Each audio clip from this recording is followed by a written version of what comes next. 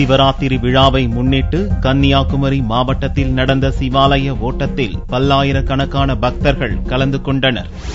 சிவராத்திரி விழா ஆண்டுதோறும் கன்னியாகுமரி மாவட்டத்தில் சிறப்பாக கொண்டாடப்படுகிறது. இந்த விழாவை முன்னிட்டு கல்குளம், விளவங்கோடு தாலுகா பகுதியில் 110 கிலோமீட்டர் சுற்றளவில் அமைந்துள்ள 12 சிவாலயங்களை பக்தர்கள் ஓடி சென்று வழிபடுவது வழக்கம். முஞ்சிரையில் அமைந்துள்ள திருமலை மகாதேவர் கோவிலில் காவி உடை அணிந்த பக்தர்கள் கையில் விசிறியும் இடுப்பில் திருநீற்று பையுடன் இந்த ஆண்டு சிவாலய ஓட்டத்தை செவ்வாய்க்கிழமையன்று பிற்பகல் துவக்கினர். பல்லாயிரக்கணக்கான பக்தர்கள் கலந்து கொண்ட இந்த சிவாலய ஓட்டம் திருநட்டாலம் கோவிலில் புதன்கிழமையன்று மாலை நிறைவடைகிறது. சிவனும் விஷ்ணுவும் ஒன்று என்ற தத்துவத்தை உணர்த்தும் வகையில் இந்த சிவாலய ஓட்டம் நடத்தப்படுகிறது. 12 கோயிலும் ஓடி 12வது கோயில்ல விடிய காவல் இருந்து தரிசனம் பண்ணனால சிவனாருடைய முழு கருணை எங்களுக்கு கிடைக்கும் நம்பி இது ஓடிட்டு இருக்கு. சிவனை ஒன்றுபடுத்தவே இந்த சிவாலய ஓட்டம் நடந்து கொண்டிருக்கிறது.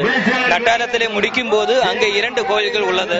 முதல் கோவிலில் சிவலிங்கமும், 2வது கோவில் சிவனும் அரியும் சேர்ந்து சங்கர நாராயணனாக காட்சியளிக்கிறார். அங்கே சென்று பகவானுடைய தரிசனம் முடித்து அங்கே கிடைக்கும் சந்தனத்தை வாங்கி தரித்துக் கொண்டு சிவராத்திரி முழுவதும் அங்கேயே நாம் சிவனை போற்றிக் கொண்டு விரதம் இருந்து கொண்டு காலையிலே வீட்டில் செல்லுகிறோம். சிவாலய ஓட்டத்தை முன்னிட்டு கன்னியாகுமரி மாவட்டத்திற்கு உள்ளூர் விடுமுறை அளிக்கப்பட்டுள்ளது.